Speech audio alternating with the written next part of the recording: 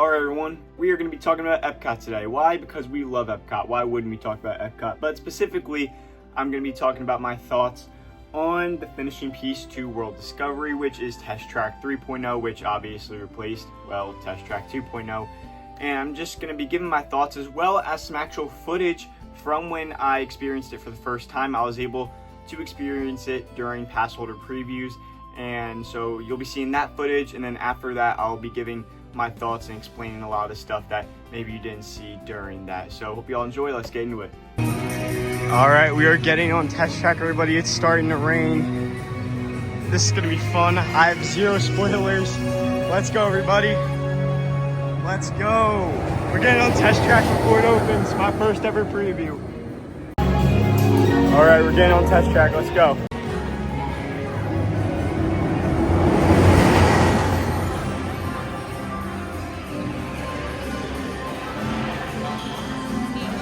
I'd love to read all this, but gotta move. So this looks cool. So it looks like it kind of goes through the history of, no.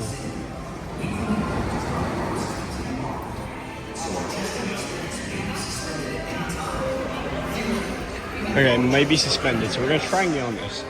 I've only seen the videos Imagineers put out, and I've seen like the ride photo. Alright, what are we gonna find in this one? This is where you used to make your car. Is there a pre-show or anything? I don't know. Okay, oh, wow. They removed the pre-show and made it and put more theming in it too. Okay. I like this, I like this.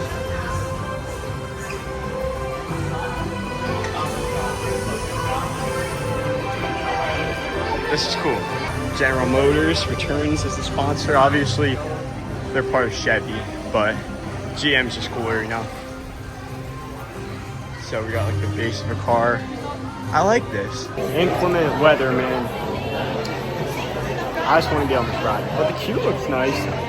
From what I've seen so far, it looks really good.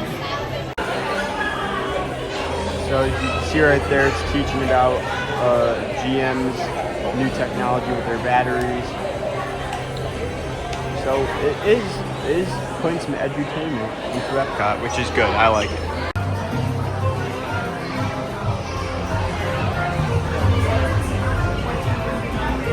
There we go. We're entering the station. Let's go. Okay, what did they think about it?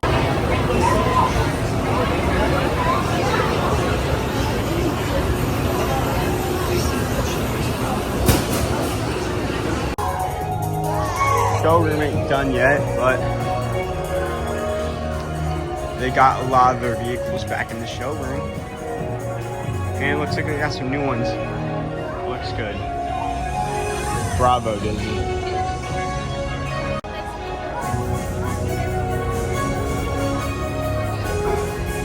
And now they don't just have Chevy cars in here, but they got other brands that GM looks over.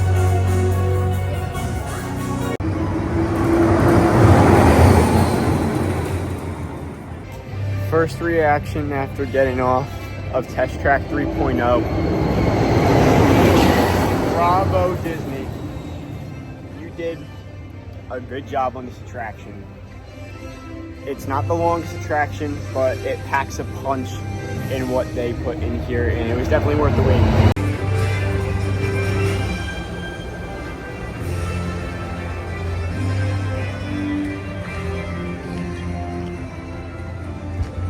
Alright, so I'm off Test Track now, and I'm going to be giving my thoughts on the attractions, talking about some stuff that I didn't say in that video.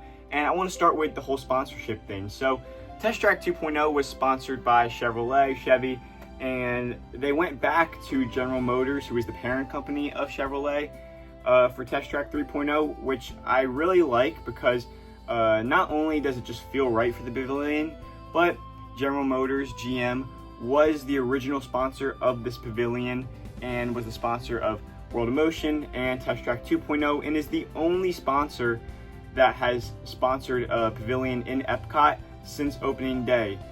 So that's been over 40 years now.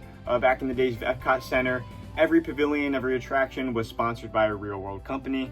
Now it's only a select few, but Test Track is the OG one, and that's why it gets its refurb every 10 to 15 years, and that's why we've had so many iterations of Test Track, because General Motors pays for everything. It pays for the whole attraction, and they let Imagineering go in and do their work, and that's why Disney is so eager to give Test Track its refurb. So I do like that they went back to General Motors, and with that I'm going to get into the actual attraction, starting with the exterior. Man, the exterior looks 100 times better than it used to. I'm so happy they did away with that ugly canopy.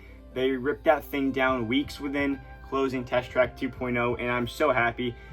That canopy for years blocked the view of the amazing World of Motion building that's always been there, and I'm so happy that you can now see that whole building, and it just looks so much better. It looks so clean, and it looks more EPCOT, you know. I like that they added the little overhang there, you know, just to keep cast members dry or anyone in the extended queue. That was smart. You know, it just looks so much better, and no one can say that it doesn't. That canopy just blocked the view of that building, and it might be nostalgic to some people that liked 1.0 or 2.0, but outside of that, it looks so much better. So that's something Disney did really well. As well as the sign in the front, the sign and the logo, I like those too. They did a good job with that, just keeping it simple. And it kind of looks like it came out of like 1982, but was meant to look futuristic in a way. I don't really know how, it just does. But anyway, now we're gonna get into the ride and the queue. So starting with the queue, one thing I really appreciate is the single rider queue. Some single rider queues at Disney World, you know, they feel either really long or they just take you out of the experience. For example, Rise of the Resistance.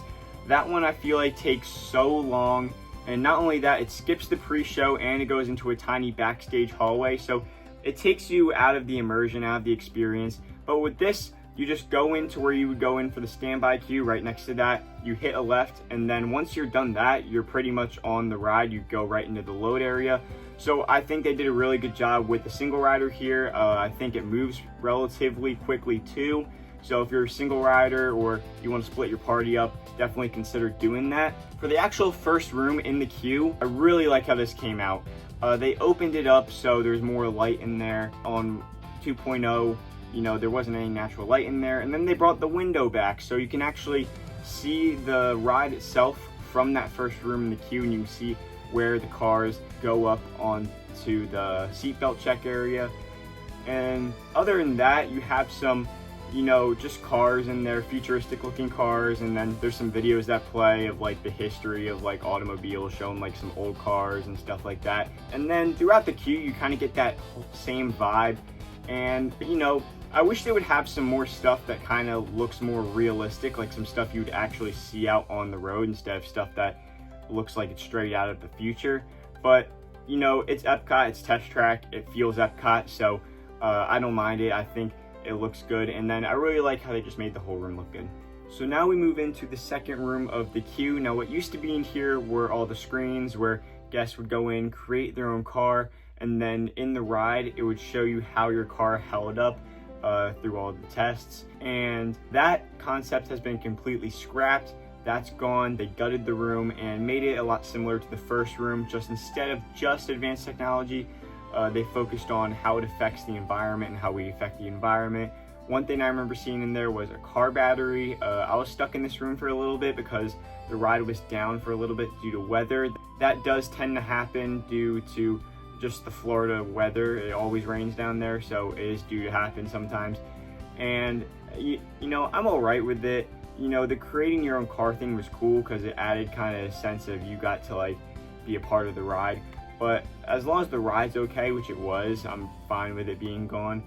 And there's not much else to say about the room. It kind of was what it was.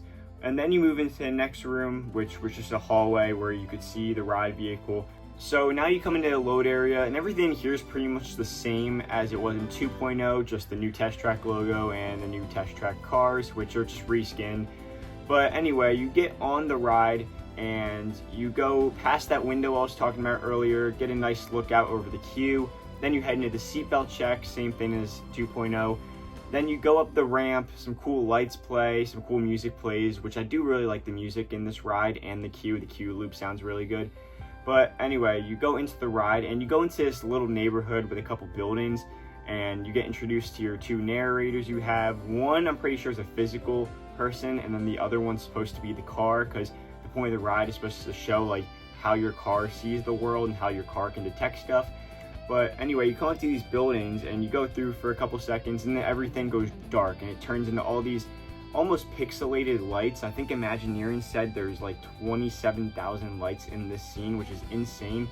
And this scene looks amazing, especially in person. The camera doesn't really do it justice to how good this scene looks. One of the best ride scenes I've seen on a Disney attraction, I think, just by the technology and all the lights they have in there.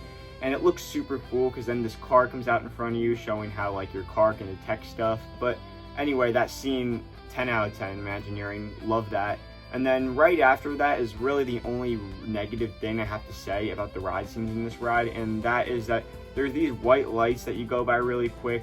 Just a lack of detail there. I wish there'd be a little more there, but it is what it is. The rest of the ride's pretty good in terms of detail. But anyway, then you go up to this house. You can see on the front of the house, it has the address, which represents Epcot's opening date. You go in the house, there's some windows, and your narrator puts some skins on your car, trying to resemble like, what if in the future you can design your car. And you go past them, there's some Easter eggs here and there. At some point, I forget when, I can't see it right now, but you can see every variation of the Test Track ride vehicle. There's like little models of them somewhere in the house. But anyway, you come to the last window and she puts a skin on you, and it's actually the ride vehicle from Test Track 1.0, the yellow and white design. And anyway, that was a pretty cool scene. I like that.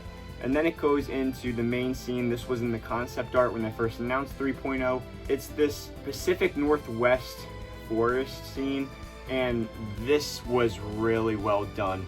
There's some Easter eggs to World of Motion in this scene. A couple I can think of off the top of my head is that the narration says it's fun to be free. Now, back when they announced this, I literally said, I'm like, they should make some Easter eggs in the narration say it's fun to be free, and they ended up doing it, so I'm really happy with that. And then it plays a couple seconds of the World of Motion music, and then it goes through this forest. The smell, it smells really good. You get the pine smell. That smells amazing. And it's just a really good scene. It's just a really good nature scene by Imagineering. I love it when they're able to do these really good nature scenes, kind of like what you see at the beginning of Living with the Land, but you're going through it on Test Track. You know, you go past the ocean, you get like a cool sunset, and you go through the woods, and then you go into this tunnel, and then again, you can see the World of Motion logo at the top of the tunnel. And then you go through a tunnel, and the pickup truck, the big semi-truck from Test Track 1.0 and 2.0 sticks around. You dodge that, and the narrator or the car says, you know, I detected that. And then you come into your final scene, which is something people speculated would be in the ride, and you come around to this really big screen. It's a screen that you can see on all sides, and it's like a futuristic city, and it almost looks like it's inspired off what Walt Disney wanted Epcot to be. You know, you can see that aesthetic he was going for. But you sit there for a couple seconds, and then you launch outdoors, hitting 65 miles an hour. Everything on this outdoor portion is pretty much the same, except they added something in the middle of the loop. The World of Motion logo is in the middle of the loop when you look down at the ground. And then you hit that straightaway, you go 65 miles an hour, and they actually turned the thing where it says how fast you're going into a full screen instead of just lights. And then you go around the building, and when I did that for my first time in a little over a year, that felt so good. That ride never gets old, or that portion of the ride. And then that's pretty much the ride, right? And then you come down, you slow down, and it's just a bunch of screens showing, you know, cars and trucks that are made by GM, and the narrators crack a couple jokes, and that's pretty much the ride. And the whole ride, you know, it's kind of a GM advertisement, but it's really well done. And I will say, for what it had to replace, I think they did a really good job. You know, Test Track 2.0, it wasn't the best ride around, but it definitely didn't stink. So I think they did a really good job on this. I'm really happy with how it came out. The showroom looks really good. They got a nice yellow Corvette right when you get off the ride, just what you want to see in Epcot. and it looks really good, and I really do enjoy this ride. And if you're in EPCOT, I definitely recommend doing it. I did it 4 times. I was there during annual pass holder previews, so I was able to get right on, especially with single rider, so that really helped me out. If you're there with just 1, 2, or 3 people and you don't mind if you don't ride together, I definitely recommend doing single rider. With that, that's going to do it for today's video. If you haven't already, make sure to drop a like, hit that subscribe button if you do enjoy the content here on this channel.